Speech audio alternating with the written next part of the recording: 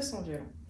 Donc déjà, pour l'installer sur la table, on va vraiment vérifier que la petite clip ici est vers le bas. Voici. Comme ça, on n'aura pas de surprise.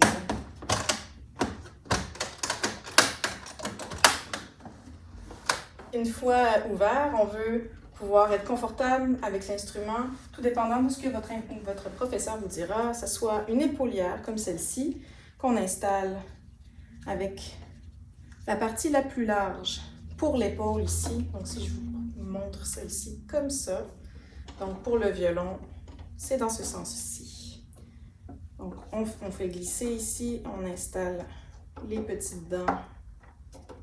Ça, on le sécurise en place et voilà, c'est sécuritaire. Donc comme ça, on peut mettre l'instrument sur l'épaule, tout simplement. Pour les petits coups, on va aller chercher une éponge, comme celle-ci. Ça peut être un peu plus... on peut la couper pour qu'elle soit plus mince ou bien, tout dépendant de la distance qu'on a besoin pour le coup. Donc on peut aller chercher soit un petit élastique comme celui-là, ou bien un plus grand qu'on va aller trouver dans tout bon magasin de fourniture de bureau, tout simplement. Donc, la première option avec l'élastique, vu qu'il est plus petit, on va aller chercher le coin du violon ici. Et on va aller l'entourer jusqu'ici pour aller coincer sur le bouton qui est juste là. Et tout simplement insérer l'éponge comme ceci. Et voilà. Sinon, l'option avec... Oups, ça fait du bruit. Donc, l'option avec l'élastique le plus long, qui est quand même, selon mon goût, un peu plus stable. Donc, on va aller chercher ça ici, toujours avec le bouton, comme ça. Et ça nous permet de vraiment mettre l'éponge peut-être un peu plus centrée, tout dépendant là, de ce qui est plus confortable, tout simplement. Donc, voilà, comme ceci, bien installé, ça ne tombera pas et on est prêt à jouer, comme ça. Donc, ensuite, pour l'archet, une fois que le violon est préparé, on sort l'archet. Là, les crins sont détendus. Donc, pour jouer, on va les tendre tout simplement en tournant la vis qui est ici. Donc, on va aller chercher, la plupart du temps, ça va à peu près la grosseur d'un petit doigt au centre de l'archet ici, comme ça.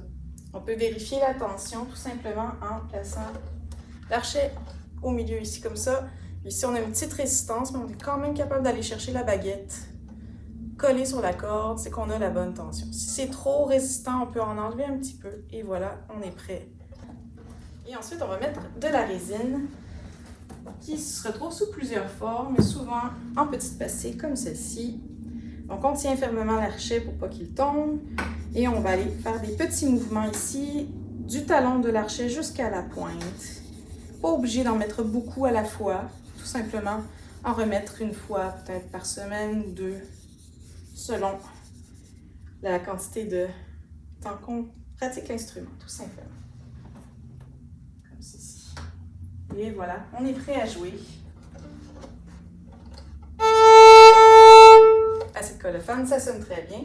Maintenant, quand on veut, tout simplement, on termine notre pratique, on se rend compte, on veut nettoyer notre instrument, on va aller prendre un linge doux, sec, très important, ne pas mettre d'eau sur son violon.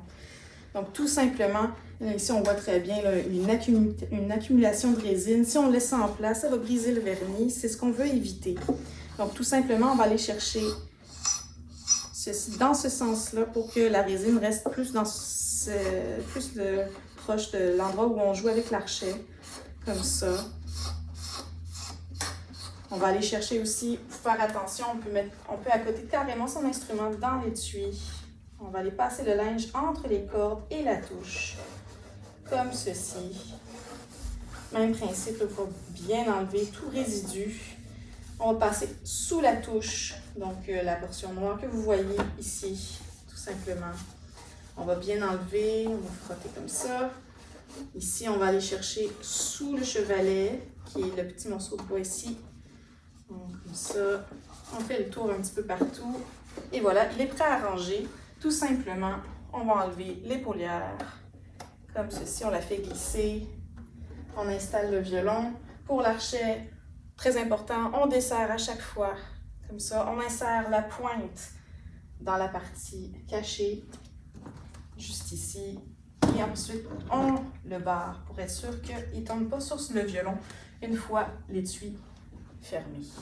Comme ceci. On referme, très important, si jamais on ne le fait pas, l'instrument peut tomber par terre et un bruit est si vite arrivé.